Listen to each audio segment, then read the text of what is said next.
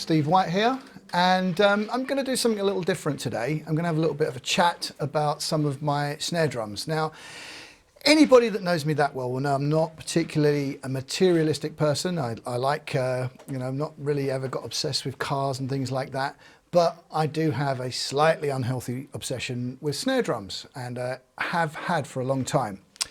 In the 80s, the 1980s, my good friend and I, Harbin Shry, we had the opportunity to start buying some snare drums from America. And I got a real education in the sounds of Radio Kings and Leadys and Rogers and all these great American brands, which I absolutely still love to this day. So at that point, I decided to invest in some vintage drums. And I've got some of them here because I wanted you to see them. Not because they're museum pieces and I put them into cold storage and hope that nobody ever looks at them. These are playing instruments. These are instruments that are playing all the time. And I wanted to tell you about them because, you know, as people that have appreciated the music that I've played on, you might be interested. So I bought quite a few of these drums during the 1980s. And very quickly, when I was doing sessions, especially for the Style Council in the late Style Council, and very especially Paul Weller's solo career, I started to use a lot of these drums. And any of you that have seen me in concert or got records that I've played on, especially with Paul, will know them. And Foundry Silver, these are the drums that I've worked with over the years. And I've had my wonderful association with different drum companies, and I love my Yamaha stuff. But these are unique. I mean, this one here is 1935, 1936. It's a Cloud Badge Radio King. And really, for me, has that kind of essence of Buddy Rich. It's got that kind of feel and sound. And you just kind of want to play this drum. This drum was actually used quite a lot on the Wildwood album. And you may have actually heard and recognise that. Because this snare drum and some of the others that are knocking about were used alongside the Pearl drums that I was using. The Pearl had a lovely solid shell maple. Now these are solid shell maple, one piece of maple. These are called stick chopper hoops, and it's finished in a beautiful white marine pearl.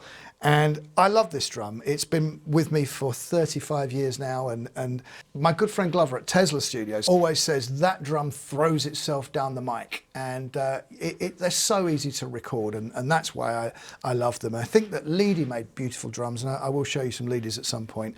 But these are the kind of three that in the early 2000s especially, I was recording with and playing live.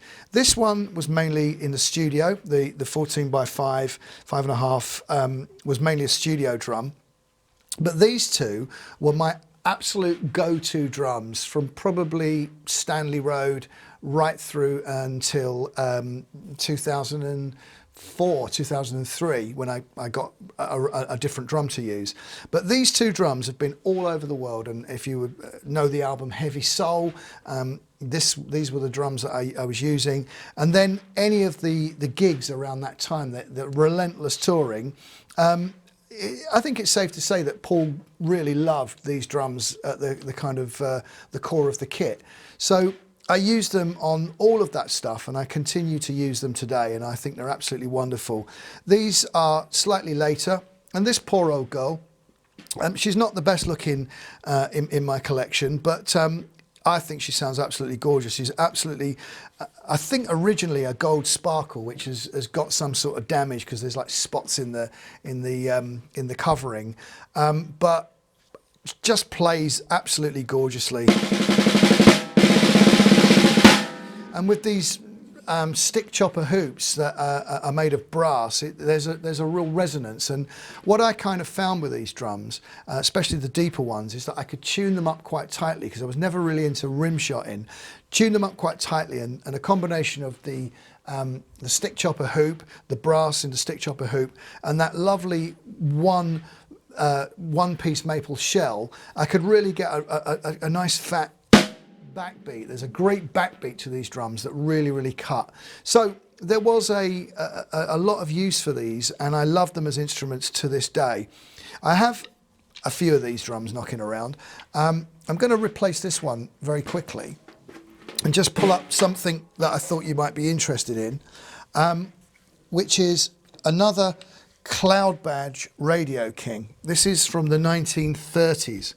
And if you look very carefully, it has gut snares on it, catgut. I don't know what catgut actually is. I think it's a byproduct of cattle, a type of leather or something, you know, and they use it on tennis rackets. But back in the day, this drum would have had gut snares because the wire snares didn't come in till much later. So for me, this is a 14x7 Gene Krupa Radio King.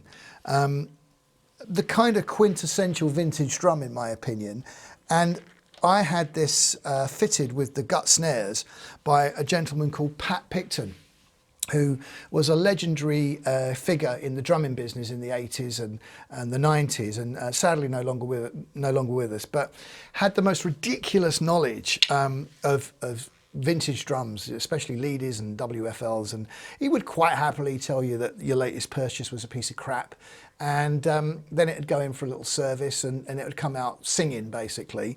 So this is as it was really, and what's really interesting is with the gut snares, it has a very different sound.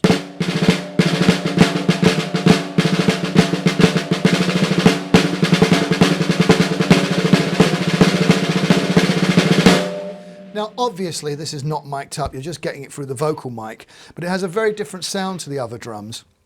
And the interesting thing about this particular drum is if you take it into the studio, you do get that lovely crispness of the backbeat that the snares provide, but you get no sympathetic ring.